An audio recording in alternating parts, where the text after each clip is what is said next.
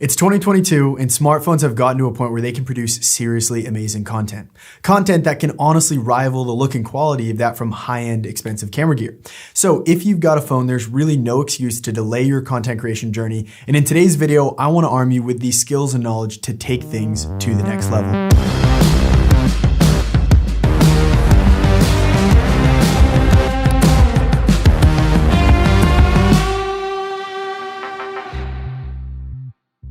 What's up, creators? My name is Anthony Gallo from the team at contentcreator.com. And in today's video, I want to give you guys the ultimate beginner's guide to picking up your phone and shooting content that truly makes you happy. This content will apply to YouTubers, social media content creators, hobbyists just looking to up the quality of their videos, and even people who are looking to start their freelance business and might want to get a jump start by using their phone to practice.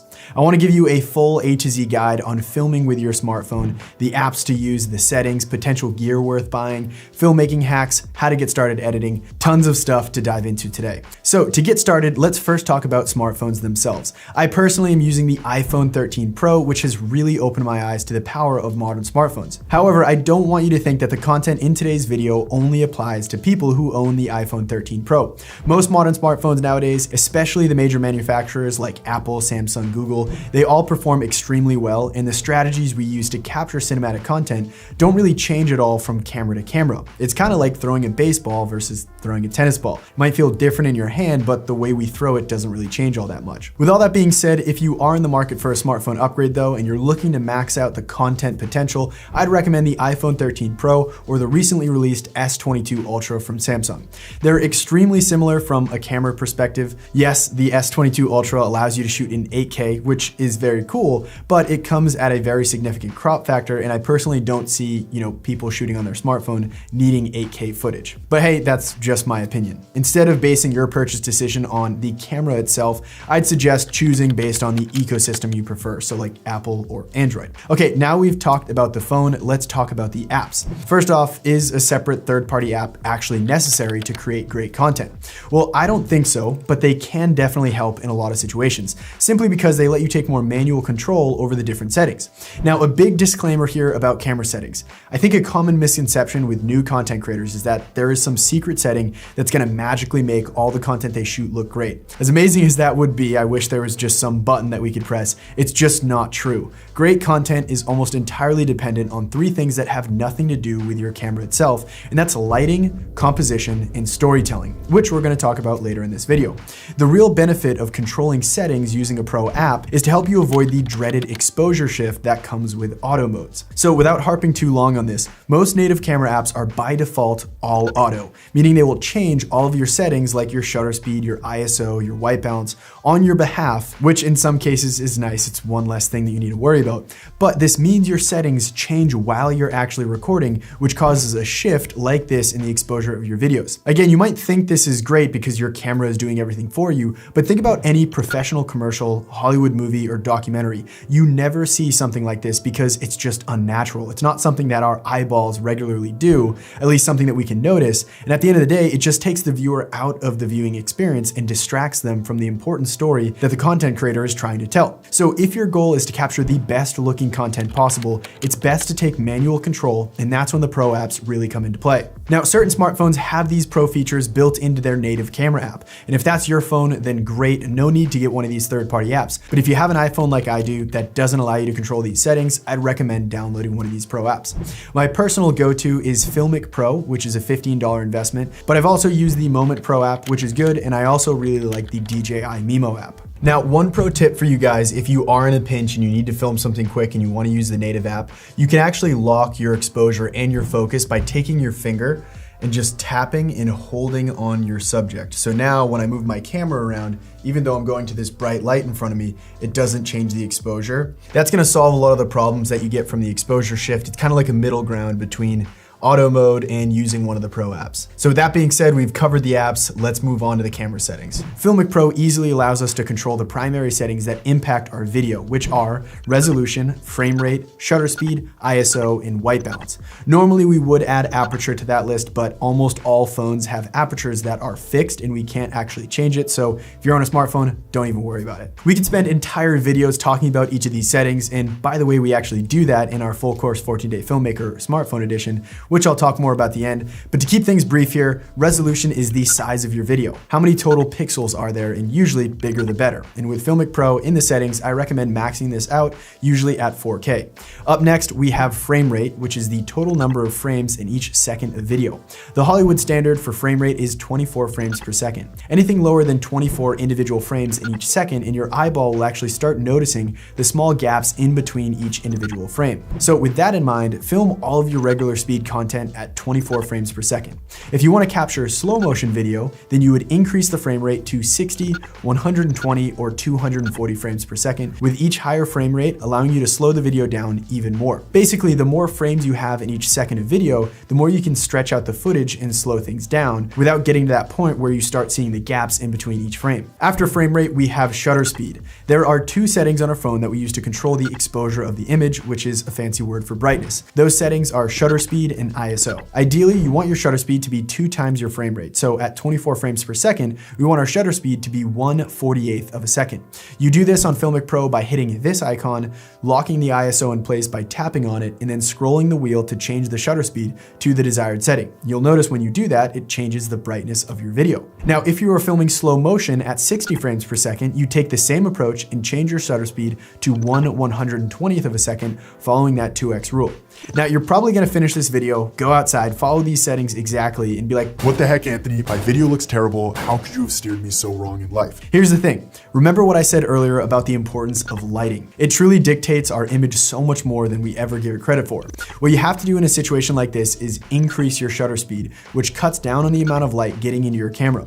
This corrects the exposure, which is good, but it all comes at the sacrifice of motion blur, which is the main reason we typically try to keep our shutter speed lower by following that 2x rule. It might sound weird, but motion blur is actually a big key to capturing natural looking content, because motion blur is something that our eyes just naturally pick up on in our day-to-day lives. Nonetheless, in certain situations, you are just forced to increase that shutter speed and lose motion blur. The only other option you have is to buy what's called a neutral density filter, or ND filter, which is basically a pair of sunglasses for your camera that cuts down on the light and allows you to keep your shutter speed in that ideal range, which brings that motion blur back into the image. My favorite brand for accessories like this is from shopmoment.com. So if you want an ND filter, that's where I'd go. Okay, moving on, ISO is the second setting that we use to control our exposure. Think of ISO like digital brightness. If it's dark and our image is underexposed, we can increase the ISO, which adds this digital brightness to the image. It sounds great, and it is really helpful, but it also adds digital noise to our image, which really decreases the quality of our videos. For this reason, always keep your ISO as low as you can to avoid that ugly noise. Only increase it when you have absolutely no other choice. Okay, up next, a really crucial setting to focus on in Filmic Pro is white balance. White balance does exactly what the name implies. It makes sure the whites in your video actually look white, not overly warm and orange or unnaturally cool and blue. The reason the color of our whites can change is because all light has a particular color temperature. And when these lights shine on objects in our videos, the color temperature of that light changes the color balance of our scene, and in order to compensate for those changes, we use the white balance setting on our camera. So there is no perfect setting for white balance. It changes scene to scene depending on the color temperature of the lights.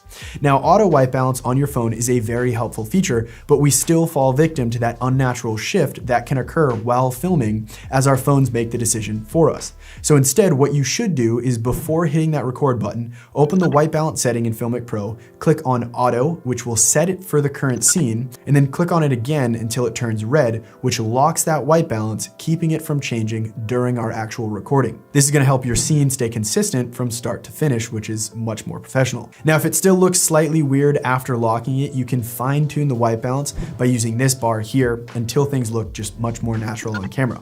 Now, the last thing I want to talk about here while we're still in the app, it's not technically a traditional camera setting, but with modern smartphones, we typically have multiple cameras that we can toggle back and forth between.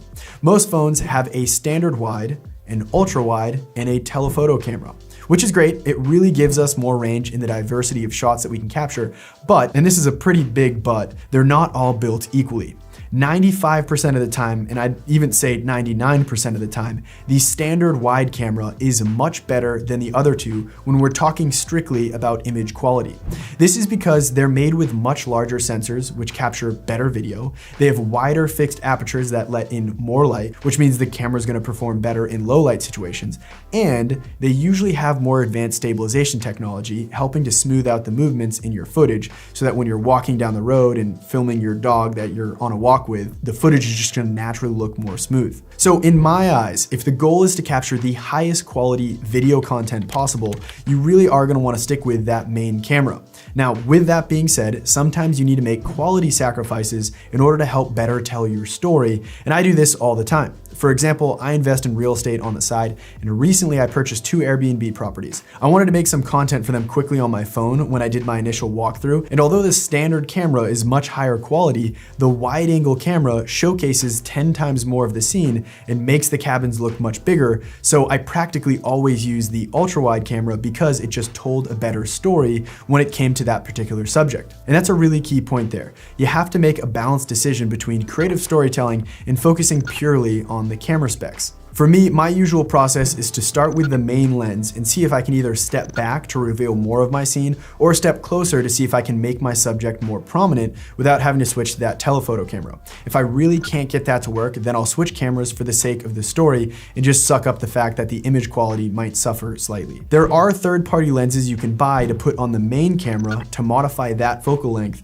without sacrificing quality, but I almost find myself not carrying them around with me simply because the whole purpose of smartphone content creation in my eyes is to be lean, run and gun without needing a huge setup and tons of gear. Okay, that was a lot of info, I know, and I'm sorry for being so technical, but questions about settings, cameras, and lenses are up there for the most common questions we get from people getting started. Like I said earlier, at contentcreator.com, we have a full masterclass on smartphone filmmaking covering all of these settings in greater detail, but for now, doing exactly what I talked about when it comes to these settings will put you off to an amazing start. Moving on though, let's talk about the number one thing that will impact the quality of your content.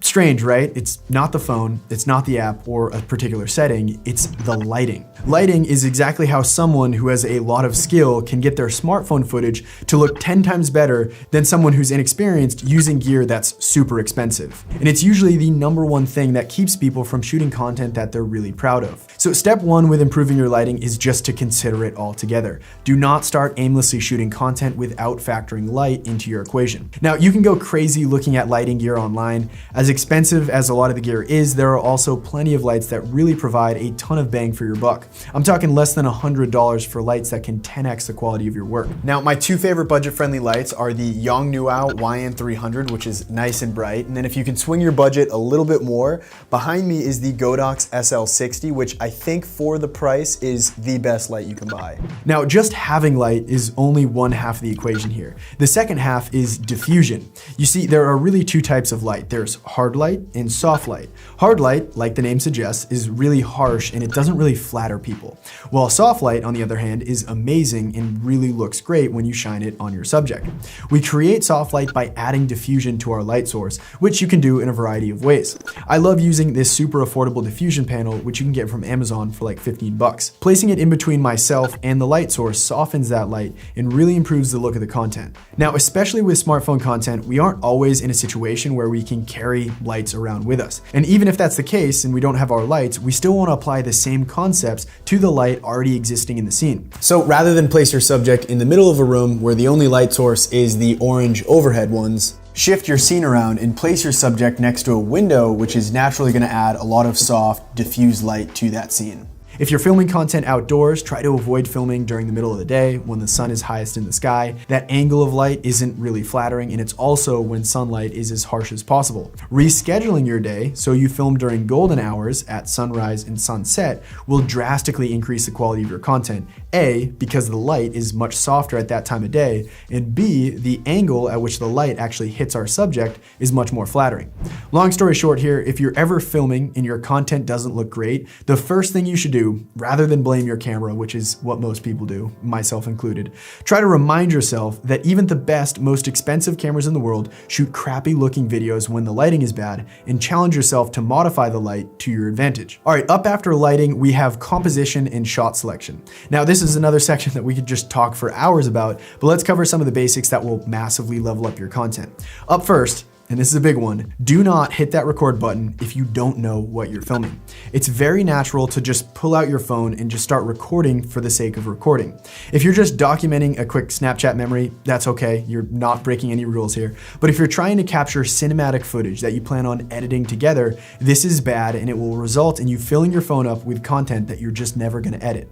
The reason behind this is because filming randomly means you don't have a clearly defined subject in your videos, and all content needs a defined subject or else it will just look amateur. So for a really basic example here, let's imagine that you're filming your significant other cook dinner. What most people do is pick up their phone and they just start kind of filming randomly, piecing together shots with unprofessional movement. So they'll start just kind of with a wide shot, and then maybe they'll move and showcase the pasta, and then they'll show the stove, and they'll just keep kind of going back and forth. And what they're doing is essentially trying to squeeze an entire video into just one clip. But if you think about Hollywood movies and professional commercials, it's not just one long clip that moves around a ton. It's a lot of short clips that are edited together, and each short clip is very specific. So if we flip that earlier situation, what the professional content creator does is pick one specific subject and then come up with a movement to highlight that subject. And that's really it. They're gonna repeat this process over and over again, choosing one specific subject and having a very planned clip to highlight that subject. It's funny, if you really think about the biggest difference between Hollywood movies and the stuff that we're shooting with our smaller cameras, the biggest difference isn't the gear we use, it's the level of planning